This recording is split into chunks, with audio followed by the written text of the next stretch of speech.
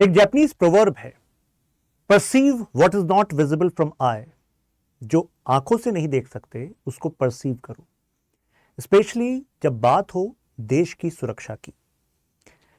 Recently Japan एक restructuring करने जा रहा है अपनी मिलिट्री की। 10 अप्रैल को फूमियो किशिदा यानी कि जापानीज प्रीमियर मिलने वाले हैं मिस्टर बाइडेन से, और मेन मुद्दा एक मेन मुद्दा होगा वो होगा कि अब जापान वो जापान नहीं रहेगा जो Japan post world war 2 order के बाद यूएसए की कंडीशंस पर बना था।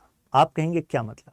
आप सोचिए किसी देश के बारे में जिसका कॉन्स्टिट्यूशन ही दूसरे देश ने अपने दबावपूर्ण तरीके से लिखवाया हो और उसमें एक ऐसा आर्टिकल जोड़ दिया गया हो। जरा इस आर्टिकल को देखिए क्या लिखा है। After world war 2 Japanese new constitution was made and acted. क्या लिखा है? वॉर इज इलीगल, यानी कि जापान के लिए वॉर इलीगल है। और कौन लिखवा रहा है? यूएसए। और यूएसए ने तो उसके बाद सीरीज ऑफ वॉर करे। मैं 1945 के ऑनवर्ड्स वाली बात कर रहा हूं, क्योंकि जापान हारने वाली शक्तियों में था और उसके बाद जापान पर ऑक्यूपेशन यूएसए का था। इस ऑक्यूपेशन के दौरान यूएसए चाहता था कि हम जापान को ऐसा कर दें कि आगे जाकर यह जापान यूएसए के लिए खतरा ना बने।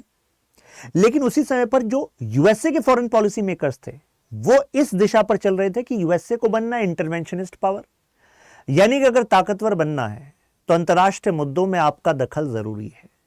और जापान को बताया जा रहा है कि दखल गंदी चीज होती है, खराब चीज होती है, तुम्हें नहीं ये करना, वॉर इज इलीगल। जापानीज लोग आप फॉरएवर के लिए रिनाउंस कर दो अपना sovereign right two of your nation कि आप कभी फोर्स का इस्तेमाल करोगे किसी दूसरे देश के लिए। क्या बात है? एक तरीके से डिसबैंड कर दो अपनी फोर्सेस को कि आप कभी भी एक्चुअली किसी इंटरनेशनल मामले में अपनी फोर्सेस का दखल नहीं करोगे। लेकिन यूएसए कर सकता है। तो जापान पीपल वर लाइक, और हमारा क्या होगा, हमारी सुरक्षा का क्या होगा? एंड यूएसए वाज लाइक, अरे हम बैठे हैं ना यहाँ, क्योंकि वर्ल्ड वॉर 2 के बाद का ऑर्डर यूएसए लेड ऑर्डर कहा जाता है, स्पेशली इकोनॉमिक सिस्टम में। हालांकि 1991 तक उसको एक कंटेंडर मिला हुआ था जो उसको अपोज कर रहा था to some extent, that was USSR. लेकिन 1991 के बाद तो फिर यूएसए लेड वर्ल्ड ऑर्डर हो गया। यूएसए के जो total number of basis across the world हैं, आपको क्या लगता है कि सबसे ज्यादा बेसिस कहां होंगे? आप में से कुछ लोगों के दिमाग में आएगा कि सर मिडिल ईस्ट में होंगे, क्योंकि सबसे ज्यादा खतरा तो मिडिल ईस्ट में है, राइट? तो जो अनस्टेबल जगह है सर वहां पर होगा। लेकिन ऐसा है नहीं, आपको सबसे ज्यादा बेसिस जापान में मिलेंगे। जापान में ऐसा क्यों? आज के इस वीडियो में हम जापान की आर्मी की अभी रिस्ट्रक्चरिंग की जरूरत हो, फ्यूचर में क्या होने वाला है, 2027 तक का क्या उनका टारगेट है, उससे क्या फर्क पड़ने वाला है, चाइना का एंगल क्या है, नॉर्थ कोरिया का एंगल क्या है, यूएसए का एंगल क्या है, रशिया का एंगल क्या है, कौन कौन से डिस्प्यूट्स हैं जापान के जिसकी वजह से अब जापान को लगता है कि शायद यूएसए की बैकिंग नाकाफी है। क्योंकि बैकिंग जिसको दी थी उसका क्या हश्र हुआ हम सब जानते हैं, यूक्रेन, राइट? तो अब यूएसए की बैकिंग की जगह कुछ सेल्फ डेवलपमेंट पे जाना है, सेल्फ हेल्प पे जाना है। इस पर बात करते हैं। वैसे इस ट्रीटी के बाद जापान ने कहा कि हम यानी कि सेल्फ डिफेंस फोर्सेस तो रख सकते हैं। तो सेल्फ डिफेंस फोर्सेस बेसिकली नाम मात्र के लिए नेवी, एयरफोर्स और आर्मी है, और इन पर कैप लगा दिया गया था कि आप अपने कुल जीडीपी का 1% से ज्यादा अपने डिफेंस एक्सपेंडिचर नहीं कर सकते। लेकिन यहां पर एक ट्विस्ट है, जापान इतनी बड़ी इकोनॉमी है कि इसके जीडीपी का 1% भी actually one of the largest expenditure बैठता है। लेकिन अभी जापान के पीएम का कहना है कि 2027 तक हम इसको 2% कर देंगे, डबल कर देंगे। और डबल करने के बाद कहां कहां इन्वेस्ट करेंगे और क्यों इन्वेस्ट कर रहे हैं? नेवल स्ट्रेंथ, वैसे 2/5 जो बजट है इनका वो ग्राउंड फोर्सेस में जाता है, बाकी जो बजट है वो डिवाइड हो जाता है फिर आपका एयर में और नेवल में। अब जापान ने ये 3 डॉक्यूमेंट रिलीज किए हैं, national security strategy, national defence strategy and defence building programme. तो इनका एक सेइंग है शिंचू बोई, कहने का मतलब है कि डिफेंस ओरिएंटेड पॉलिसी, यानी कि अब नेशनल पॉलिसी अभी तक सिक्योरिटी ओरिएंटेड थी और सिक्योरिटी में भी ज्यादा रिलायंस यूएसए पर था, but now defence oriented policy, यानी कि देश का मेजर फोकस जो है वो डिफेंस पर करना पड़ेगा, केवल सेल्फ डिफेंस से काम नहीं चलेगा। ये स्टांस चेंज क्यों हो रहा है? आप इस मैप को देखिए, यहां पर आपको शायद इस मैप में क्लियर ना दिख रहा हूं, मैं इस पर आ जाता हूं। देखिए ये रहा यूएसए, इस तरफ यूएसए मानिए, यहां पर ये ताइवान है और ये जापान है और ये चाइना है। इसके बीच में इस वाले मैप में अगर आप यहां पर देखेंगे तो यहां पर आइलैंड पड़ता है सेनकाकू डियायू। तो सेनकाकू डियायू आइलैंड ऐसा है कि जापान अपना बताता है, क्योंकि जापानीज एम्परर के टाइम पर, एम्परर के टाइम से ही एक्चुअली इस आइलैंड को वो अपने ओकिनावा प्रीफेक्चर में काउंट करते हैं। प्रीफेक्चर लाइक कि एक प्रोविंस हो गया, उसमें काउंट करते हैं। और इनके पास डॉक्यूमेंट हैं जो प्रूफ करते हैं कि देखो भाई हमारे पास ये आइलैंड जो है पहले से मेंशन है। इधर ताइवान कहता है मेरे हैं, चाइना कहता है मेरे हैं, तो तीन का क्लेम यहां पर है। तो ये तो एक झगड़ा है, राइट। तो यानी कि एक तो ये वाला इशू हो गया कि चाइना जो है एग्रेसिवली टेस्ट कर रहा है इस एरिया में ताइवान को काउंटर करने के लिए। लेकिन वो टेस्ट कहां कर रहा है? वो ताइवान के नॉर्थ में कर रहा है, ताइवान के साउथ में कर रहा है और ताइवान के ईस्ट में कर रहा है। अब इन टेस्ट की वजह से जो एरिया एक्चुअली ज्यादा you can say prone to threat है वो है जापानीज ये एक्सटेंडेड आइलैंड्स। तो भाई अपनी सुरक्षा तो करनी पड़ेगी, नहीं तो वहां पर भी क्लेम हो सकता है कि नहीं।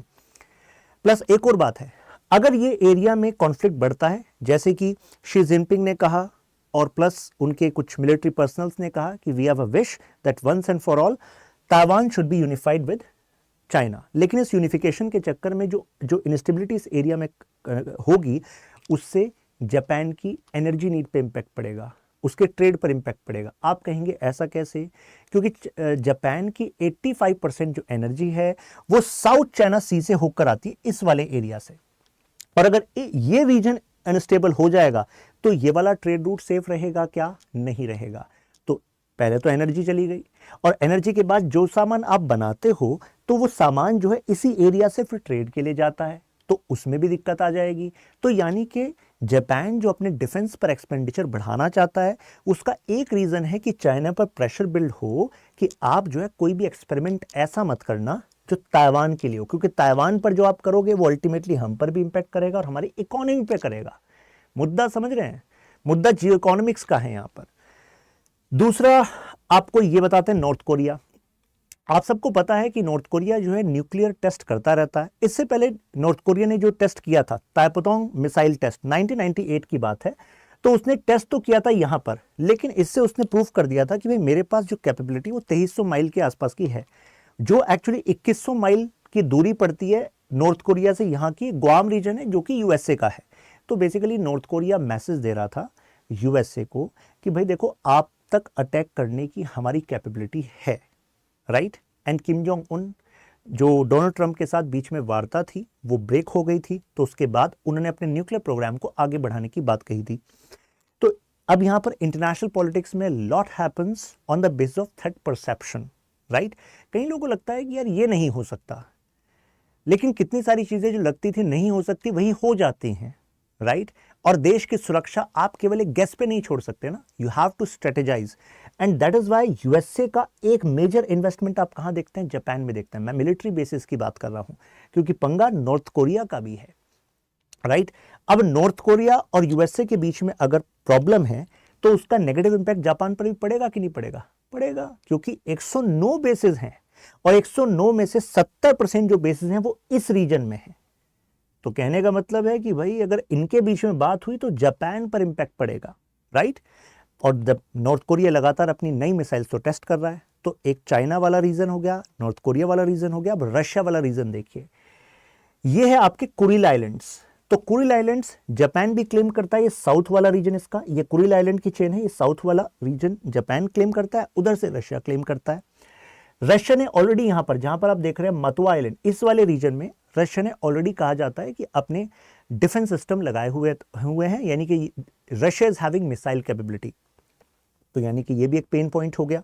और आप सबको पता है जब से रशिया ने यूक्रेन को एक्चुअली एक तरीके से इन्वेड किया है, उसके बाद से जापान, उधर से फिनलैंड, स्वीडन, सबका जो थ्रेट परसेप्शन है राइज हुआ है कि नहीं हुआ है?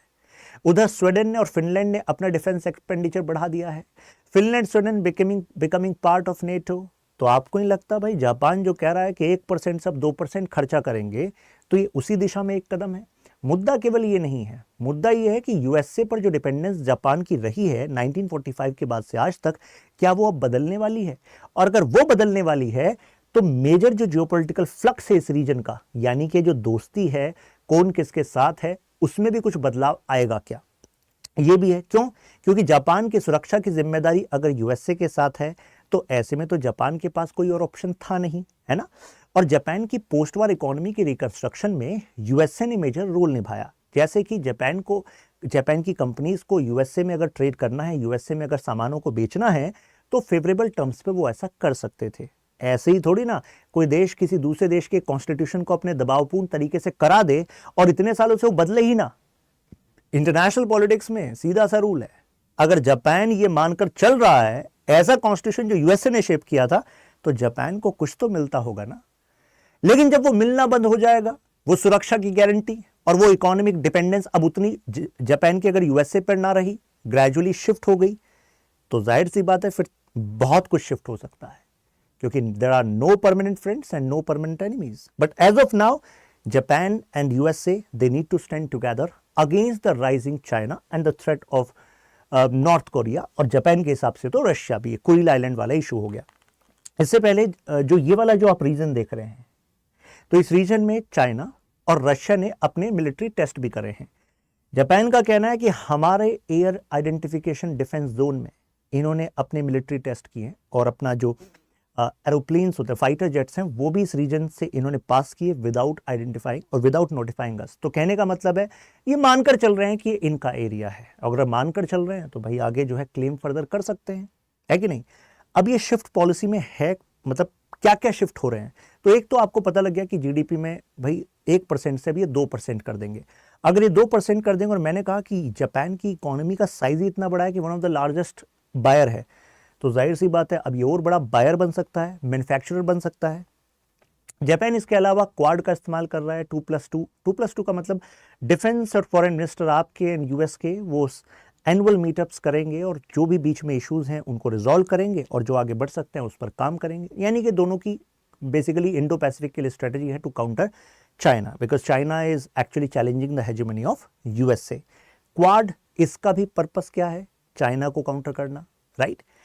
इसके अलावा ऑस्ट्रेलिया, इंडिया और अदर देशों के साथ भी जापान अपनी पार्टनरशिप्स को बढ़ा रहा है। अब जापान चाहता है कि यूएसए से अलग भी वो जगह जगह पर अपने ऑपरेशंस करे। यही जापान अभी इस समय अफ्रीका में भी अपना बेस रखता है, राइट। यूनाइटेड किंगडम के साथ वो ज्वाइंट प्रोग्राम कर रहा है जिसमें कि वो न्यू कॉम्बैट एयरक्राफ्ट बना रहा है। कहने का मतलब आपने सुना होगा नेक्स्ट जनरेशन जो एयरक्राफ्ट हैं उस पर जापान इन्वेस्ट कर रहा है। Japan multi domain defence force ला रहा है, मतलब एयर नेवी, मतलब एयरफोर्स, नेवी और मैरिटाइम तो ठीक है, इसके अलावा साइबर स्पेस पर वो विशेष फोकस कर रहा है, इलेक्ट्रोमैग्नेटिक स्पेक्ट्रम पर फोकस कर रहा है। ऐसा क्यों? Just after covid European parliament ने कहा कि what is NATO's readiness when it comes to securing the interest of these nations. भाई नेटो, आप इतना पैसा खर्च करा रहे हो, क्या हमारी सुरक्षा की पूर्णतः गारंटी आप लेते हो? तो नेटो का रिप्लाई था कि नहीं, there are some security challenges as of now on which even NATO forces are not capable to sort out। यानी कि हाइब्रिड सिक्योरिटी की मैं बात कर रहा हूं। आज अगर किसी देश को दूसरे देश को नुकसान पहुंचाना है तो ऐसे नुकसान से बचने के लिए केवल आपको गोला बारूद नहीं चाहिए, केवल फाइटर जेट नहीं चाहिए, केवल आपकी बंदूकों से काम नहीं चलेगा। अगर किसी देश की बैंकिंग सिस्टम, स्टॉक मार्केट, आपका इलेक्ट्रिसिटी ग्रिड, अगर इन चीज़ों को हाईजैक कर दिया गया, मतलब यू कैन से हैक कर दिया गया, hack is the right word, और तो कोलैप्स हो सकता है काफ़ी कुछ, सिक्योरिटी सिस्टम कोलैप्स हो सकता है, फाइनेंशियल सिस्टम कोलैप्स हो सकता है, राइट। इसके अलावा बायो टेरर, यानी कि आपने कुछ वायरस ऐसे बनाए जिसका इस्तेमाल आपने स्पेसिफिक जनता पर कर दिया तो उससे मेजर नुकसान हो सकता है। तो इससे आर्मी कैसे केवल बचा सकती है, राइट। तो यानी कि जिस तरीके से हम सुरक्षा के बारे में सोचते आए हैं आज तक, उसमें बदलाव की जरूरत है। जापान भी इसी बात को समझता है, तो इस वजह से हमें टेक्नोक्रेट्स भी चाहिए, हमें बायोलॉजिस्ट्स भी चाहिए। तो जब भी देश की सुरक्षा की बात आती है तो उसमें केवल डिफेंस फोर्सेस के बारे में ना सोचा जाए, हमें इलेक्ट्रॉनिक इंजीनियर्स भी चाहिए। फॉर एग्जाम्पल इलेक्ट्रोमैग्नेटिक वेव्स का इस्तेमाल किया जाता है जिससे कि आप दूसरे के वेपन्स को खराब कर सकते हैं, लॉक कर सकते हैं।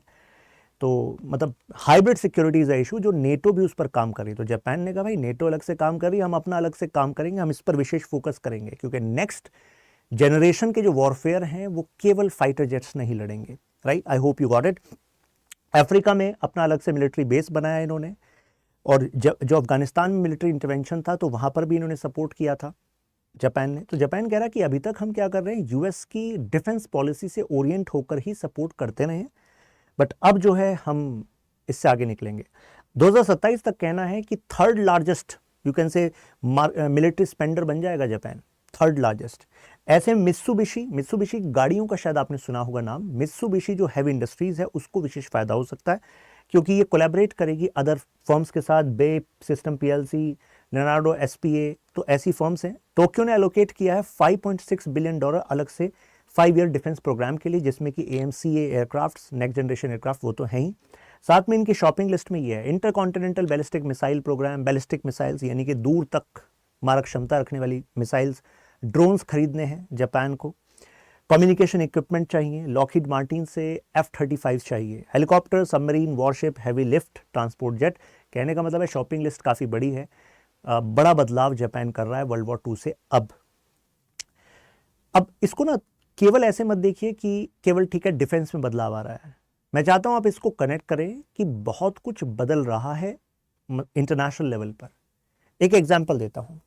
There is a theory, hegemonic stability theory. वो कहती है कि दुनिया में अगर एक हेजेमॉन है, जैसे कि यूएस, स्पेशली 1991 के बाद जब यूएसएसआर का हो गया था डिसइंटीग्रेशन, तो कहती है कि एक हेजेमॉन जो है वो ठीक है, इट इज गुड कि एक देश का वर्चस्व होना चाहिए।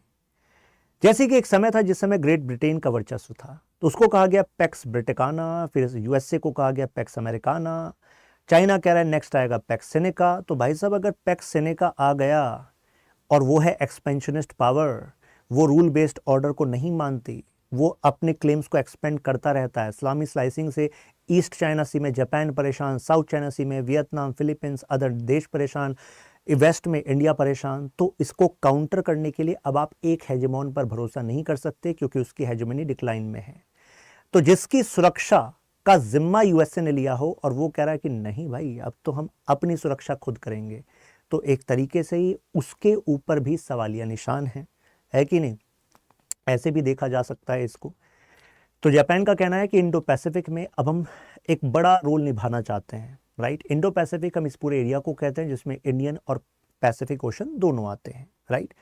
और इसमें इंडिया एक मेजर रोल अदा करेगा क्योंकि क्वाड में India is one of the partner. But USA और जापान को लगता है कि इंडिया फिर भी खुलकर चाइना को पॉइंट आउट नहीं करता कि क्वाड चाइना के लिए बना है।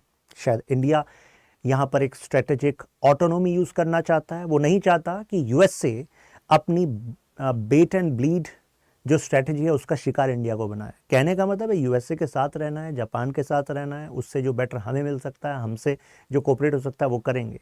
लेकिन ऐसा नहीं है कि आप हमें बेट बना दो against China like you made bait other nations, चाहे मिडिल ईस्ट में देख लो, चाहे यूक्रेन में देख लो, और सोचो कि ठीक है अपना दुश्मन चाइना कमज़ोर होता जा रहा है लेकिन उस चक्कर में नुकसान इंडिया को भी होता रहे। इंडिया को 2045-47 तक फोकस करना अपने इकोनॉमिक डेवलपमेंट पर, इकोनॉमिक ग्रोथ तक, क्योंकि जब तक आप आर्थिक रूप से मजबूत नहीं हो तो मिलिट्री रूप से कैसे मजबूत होगे। और आर्थिक और military means economic and military रूप से अगर आप मजबूत नहीं तो आप जियोपॉलिटिकल स्टेटस इंप्रूव नहीं होगा।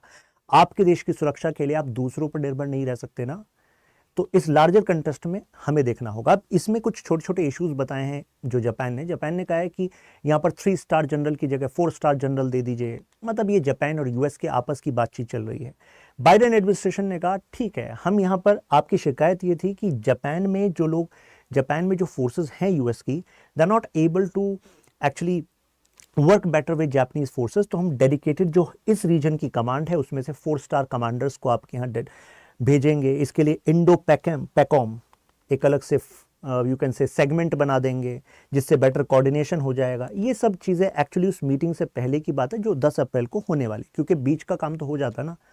अब है क्या चैलेंजेस इनके सामने आने वाले हैं। दूसरा, एक तो सबसे बड़ा चैलेंज तो है रिसोर्सेस, कि एक बड़ा रिसोर्सेस में जाएगा तो आपको टैक्सेस को भी बढ़ाना होगा। सिक्योरिटी रिस्क भी है। सिक्योरिटी रिस्क ऐसा है क्योंकि कहते हैं ना कि अगर आप आर्म्स को बढ़ाओगे, आर्म्स रेस बढ़ेगा, तो दूसरे के अंदर भी सिक्योरिटी डिलेमा होगा। सिक्योरिटी डिलेमा यानी कि भाई जापान इतनी तेजी से आर्म्स बढ़ा रहा है तो चाइना को, नॉर्थ कोरिया को, उधर रशिया को, तो कहीं ऐसा ना हो कि इससे कॉन्फ्लिक्ट बढ़ जाए regarding Kureel, regarding Senkaku डियायू island.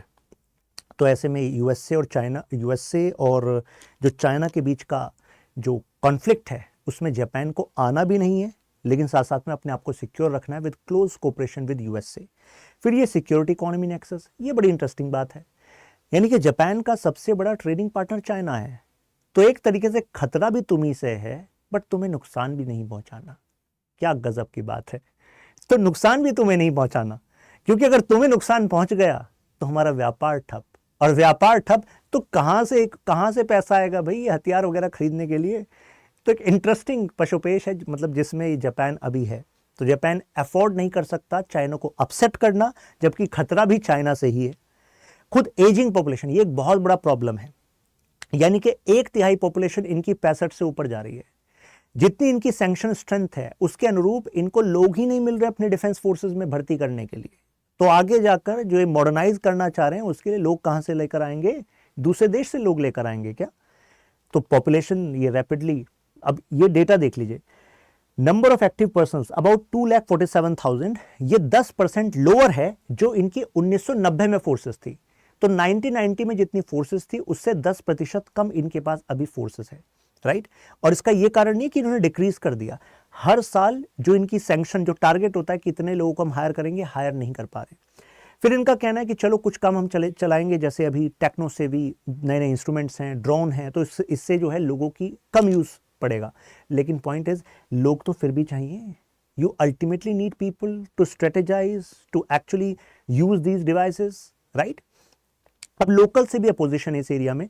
जैसे मैंने कहा कि ये जो एरिया है ओकिनावा वाला, ये वाला, तो इसमें 70% के आसपास यूएस के बेसिस हैं। तो इनका कहना है कि यहाँ पर कई कुछ इल्ज़ाम लगे हैं सेक्सुअल हैरेसमेंट के of the locals, noise, air pollution etcetera. ये लोकल्स का सपोर्ट भी यहाँ पर ज़रूरी है, तो ये जापान के लिए एक इशू है।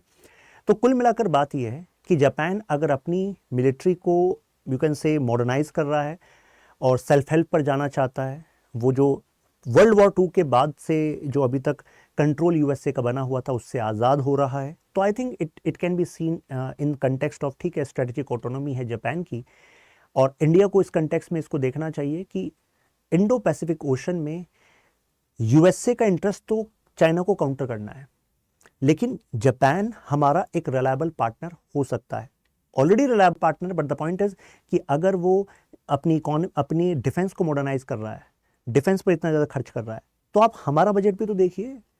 इस साल का बजट डिफेंस और infra, you will see a huge rise. तो ऐसे में हम जॉइंट वेंचर्स देख सकते हैं, कोलैबोरेशंस देख सकते हैं। जैसे इंडिया का जो डिफेंस इंडिजनाइजेशन का टारगेट है उसी के अनुरूप हम जापान के साथ कुछ कर सकें, और जापान के साथ कुछ करेंगे। जैसे ब्रह्मोस हमने रशिया के साथ किया था, तो so that we can actually you can say collaborate here.